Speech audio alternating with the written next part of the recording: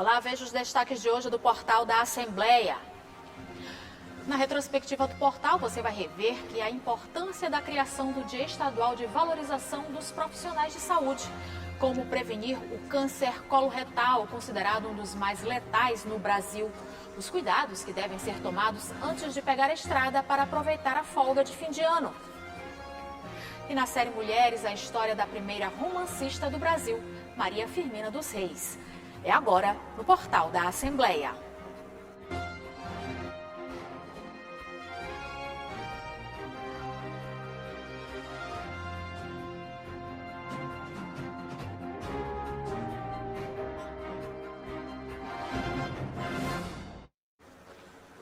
A Assembleia Legislativa do Maranhão divulgou o balanço das atividades desenvolvidas durante 2022. Quase 8.000 proposições foram aprovadas, entre requerimentos, propostas de emenda constitucional e projetos de lei ordinária. Para a Diretoria-Geral da Alema, o saldo foi maior que o apresentado em 2021. Na edição do Portal de amanhã, você vai ver todos os detalhes sobre o balanço das atividades da Assembleia Legislativa do Maranhão em 2022. E durante a pandemia da Covid-19, os profissionais da saúde desempenharam um papel fundamental para o cuidado e proteção de pacientes do novo coronavírus. Como forma de valorizar esses profissionais que muitas vezes abdicaram da própria rotina com as famílias para se dedicarem à profissão, a Assembleia Legislativa do Maranhão aprovou a lei que valoriza os profissionais da saúde. Na retrospectiva do portal, você vai ver como essa lei foi recebida por médicos e enfermeiros do estado. O Dia Estadual de Valorização dos Profissionais de Saúde é comemorado em 23 de fevereiro. No Maranhão, a data faz parte do calendário de eventos e foi incluída por meio de um projeto de lei do deputado Wellington do Curso, que reconheceu a importância de homenagear médicos, enfermeiros, farmacêuticos, técnicos de enfermagem e todos os profissionais que vivenciam o dia a dia de hospitais. No cenário de pandemia, desde 2020, os profissionais da saúde foram essenciais no combate à pandemia da Covid-19. Muitos trabalharam na linha de frente e conseguiram amenizar o sofrimento das vítimas do coronavírus. Muitos também perderam a vida no combate à doença. Quem permaneceu na luta não desistiu de salvar cada paciente que chegou aos hospitais. Isso mexia com nós, conosco, profissionais de saúde, mexeu comigo, mexeu com a minha família. Afinal de contas, até meus familiares também adoeceram. E nós tínhamos que ficar divididos entre nossa casa e o ambiente profissional. O nosso compromisso como pessoa e familiar e o nosso compromisso com a sociedade no momento crítico. Então, sem dúvida, a experiência foi desafiadora para todos nós. A farmacêutica Alícia Zaranza foi a responsável por identificar o primeiro registro laboratorial do coronavírus do Maranhão. Ela conta que a homenagem é importante para que todos que atuam na linha de frente da pandemia, principalmente para quem perdeu a vida, tentando ajudar os pacientes. Para a gente representa o reconhecimento do nosso esforço, do nosso trabalho. Isso que representa um dia desse. Também é um momento de alegria, mas de tristeza, porque a gente perdeu colegas, né? Eu perdi colegas do farmacêutico, eu perdi amigos, eu perdi familiares. Então, para a gente, é a representação de um trabalho que a gente faz com amor, com dedicação, com coragem, porque não é fácil.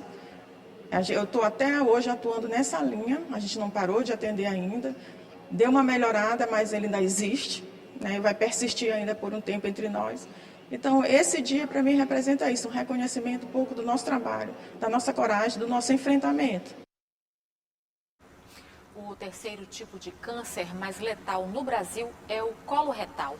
Por ser silencioso, o perigo é maior, já que o paciente demora a perceber os sintomas.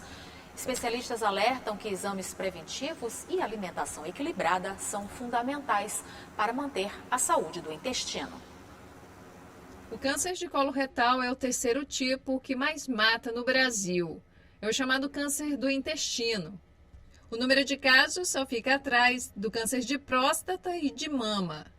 É grave. Quando está no início, apresenta poucos sinais. E segundo essa especialista, a descoberta só costuma acontecer quando a doença está no estágio avançado. De acordo com a Sociedade Brasileira de Endoscopia Digestiva, no Maranhão, entre 2010 e 2019 foram registrados 1.610 óbitos que poderiam ser evitados com a ajuda do exame de colonoscopia. O que é importante dizer é que, independente da dúvida que o paciente tem, é sempre importante ele, ao invés de se negar ou não querer fazer o exame, conversar com o médico antes. Se a gente colocar na balança o risco e o benefício entre fazer um exame desconfortável ou descobrir que tem alguma lesão e obrigatoriamente necessitar fazer esse exame, então a gente vai ver que a prevenção sempre vai ser o melhor passo.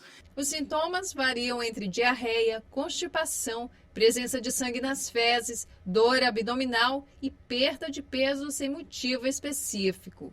A cada 5 anos, a gente normalmente repete o exame após ter feito ele a primeira vez e ele ter dado normal. Então, a gente tem como controle, né, como prevenção e manutenção do controle, essa realização de coluna a cada 5 anos. Ou, caso a gente encontre algo diferente no exame da colonoscopia, a gente pode pedir para que o paciente faça com uma frequência um pouquinho maior.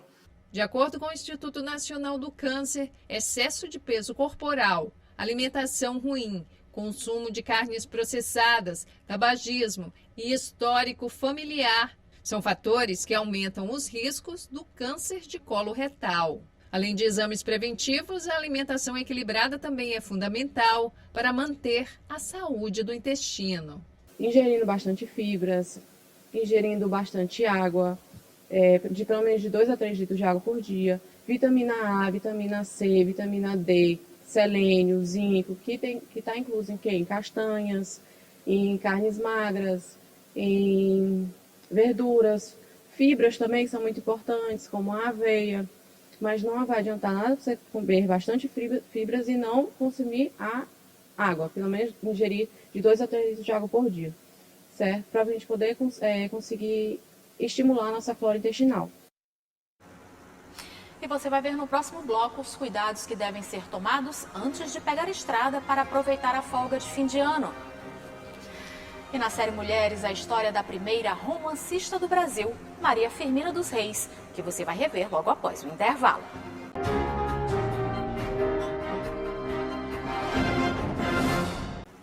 Muita gente aproveita esse período do ano para tirar férias. É a chamada alta temporada, onde o programa preferido das famílias é viajar.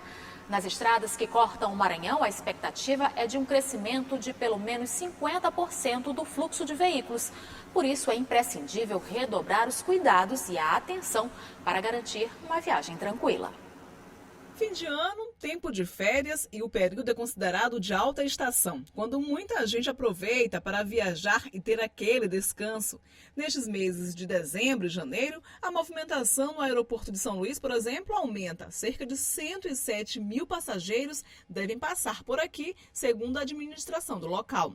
Na rodoviária da capital, há também um aumento pela procura de passagens. Entre embarque e desembarque, a expectativa é que 3 mil pessoas viajem de ônibus. O fluxo nas estradas está mais intenso. Segundo a Polícia Rodoviária Federal, no Maranhão, há um aumento de 30% a 50% de veículos circulando pelas BRs que cortam o estado. Período onde começa o feriadão, começa a operação, geralmente é mais de 50% o fluxo. São Luís, aqui a rodovia, o fluxo normal, 2.500 a 4.000 veículos saindo por dia.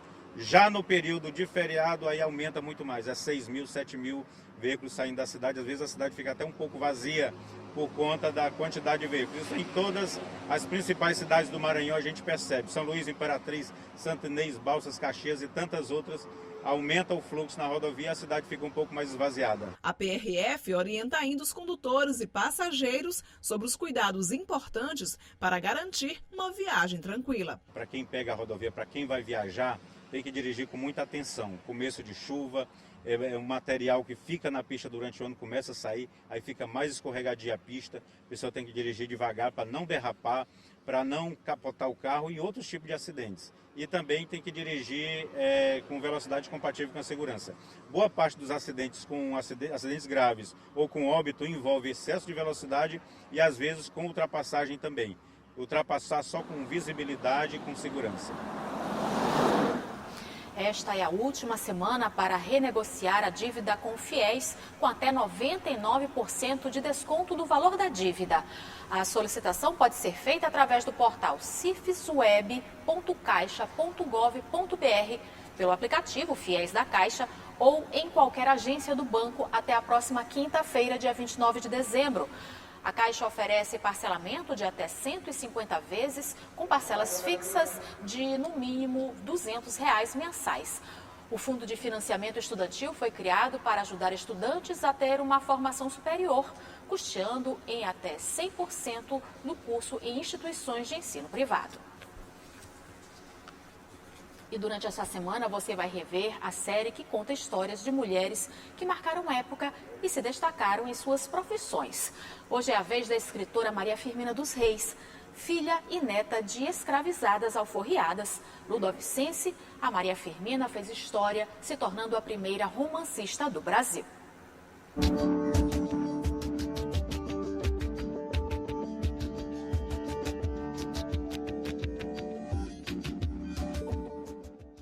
Júlia Martins dá vida a uma personagem importante na história da literatura brasileira, Maria Firmina dos Reis, mulher negra, nordestina e com o dom das palavras escritas que ganharam som e ecoam até hoje na literatura brasileira. A atriz, desde 2019, interpreta em um espetáculo teatral a escritora romancista nascida em São Luís, dia 11 de março de 1822, e que é lembrada como a primeira mulher a publicar um romance no Brasil, Úrsula, narrativa abolicionista sob o ponto de vista das minorias escravizadas no Brasil do século XIX. Ela trouxe no romance Úrsula, o protagonismo preto, contado pelo próprio preto, que antes a gente não via, era sempre um branco falando do preto e tal, de uma forma às vezes até muito romantizada, E Maria Firmina não, ela trouxe isso da forma como realmente era, a partir da vivência dela, porque ela convivia, ela era uma mulher preta, então ela sabia do que ela estava falando, por mais que ela não era uma mulher escravizada, mas foi uma mulher que sofreu racismo, viveu num período de extremo machismo, e a gente percebe isso pelo silenciamento de anos, Em 2022, é celebrado os 200 anos do aniversário de nascimento de Maria Firmina dos Reis. Filha de mãe negra alforriada e pai branco, foi uma mulher além do seu tempo. Criada na cidade de Guimarães, interior do Maranhão, em meio a uma sociedade escravista e preconceituosa, Firmina carregava os sentimentos de liberdade. Na educação, mais precisamente na literatura, encontrou caminhos que marcaram sua trajetória. Produziu o romance Cupeva, o livro de poesias Cantos à Beira-Mar, o conto A Escrava, além de composições musicais. Mas sua obra mais conhecida ainda é Úrsula, de 1859. Em 1847, Maria Firmina foi a primeira mulher aprovada em um concurso público no Maranhão, tornou-se professora do primário e fundou a primeira escola pública mista do Brasil. O legado que ela deixou para a história, cultura e literatura maranhense é muito importante. Não somente com relação aos escritos, mas também porque, de acordo com alguns biógrafos, é de autoria dela a criação da primeira escola pública mista do estado maranhense. Então, o que acontece? Ela, lá em Guimarães, ela providenciava aulas para os alunos que, de repente, não tinham como adentrar uma escola, e aí ela mesma organizava os alunos e ela dava aula a eles. Ela conseguiu uma casa num município vizinho ali chamado Massaricó. Maria Firmina era apaixonada pelas artes. Foi escritora, compositora, folclorista e ainda publicava textos em jornais maranhenses da época. E os jornais, eles tinham assim uma função múltipla também. Então não tinha TV, Então, o que aconteciam? As questões culturais, os materiais culturais eram publicados em jornal. Inclusive, assim, romance, tipo novela, por partes. E a gente vê que Maria Firmina tinha muito acesso aos jornais. Ela lá na Vila de Guimarães, Mesmo assim, o trabalho dela era publicado. Tem uma relação de jornais que ela teve suas obras publicadas. Firmina faleceu em Guimarães em 11 de novembro de 1917.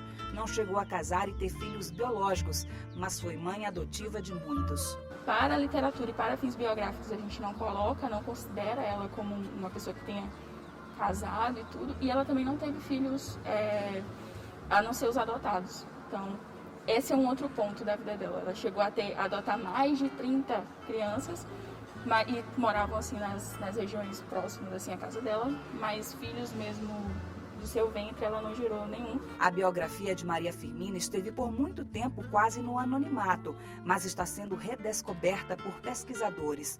Hoje existem diferentes produções literárias sobre a vida e obra da romancista. A jornalista e escritora Andréa Oliveira lançou no mês de março o livro Maria Firmina, a Menina Abolicionista, uma leitura para o público infanto-juvenil que inaugura a coleção de livros sobre histórias de mulheres maranhenses. Se você cresce sem referência, se você cresce sem o conhecimento daquilo que dá, né? A gente tem uma riqueza aqui no Maranhão e vamos falar de mulheres, só nesse recorte das mulheres, porque esse livro inaugura a coleção Meninas do Maranhão, que eu pretendo aí reunir histórias de meninas, grandes meninas, e a gente começa com a Maria Firmina, porque ela é a nossa grande pioneira, né, da palavra. Então eu penso que a criança merece, nossas crianças do Maranhão e do Brasil, merecem conhecer essas mulheres e saber que, assim como ela pôde lá no século XIX, todas elas podem ser o que elas quiserem ser, batalhar para isso e ter o direito de ter esse lugar, né, no mundo, como a Maria conseguiu, e que naquele tempo era muito mais difícil, mas a gente sabe que ainda hoje não é fácil, principalmente para as meninas e para os meninos pretos aqui do país. No mês de março também começa uma programação especial sobre a vida da romancista negra, uma homenagem promovida pela Academia Ludovicense de Letras, da qual ela é patrona. A ideia é seguir com a celebração até 11 de novembro, data da morte de Maria Firmina dos Reis. A gente idealizou um grande projeto, no sentido inclusive de extensão e de atividades. E vai até 11 de novembro, que é o aniversário de falecimento dela. Então são 9 meses. Maria Firmina dos Reis continua viva, está imortalizada e mais presente do que nunca nas memórias. Eu me sinto honrada por ser maranhense, né? E por ter esse legado dela pra gente, para inspirar. E espero assim que essa história e tantas outras que outros autores também vêm escrevendo sobre ela, inspire, no mínimo inspire. Ela é uma inspiração por ser essa mulher que conseguiu tanto em um tempo, né, que era tudo fechado, mais ainda, né? Maria Firmina é uma mulher ancestral. Maria Firmina é ancestral.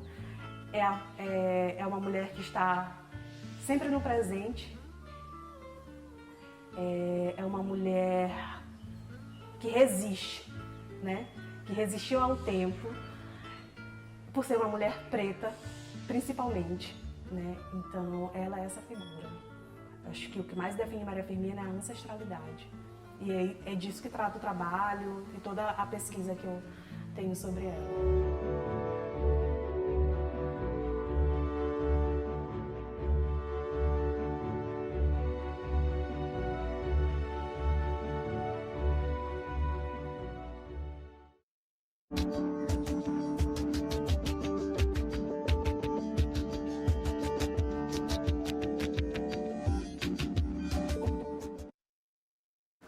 Amanhã vamos rever a trajetória da atriz maranhense Apolônia Pinto, que atuou no século passado, mas que até hoje serve de inspiração para artistas de todo o país. O portal fica por aqui. Para rever as reportagens de hoje, acesse o site al.ma.leg.br/tv. A gente volta a se encontrar amanhã. Até lá!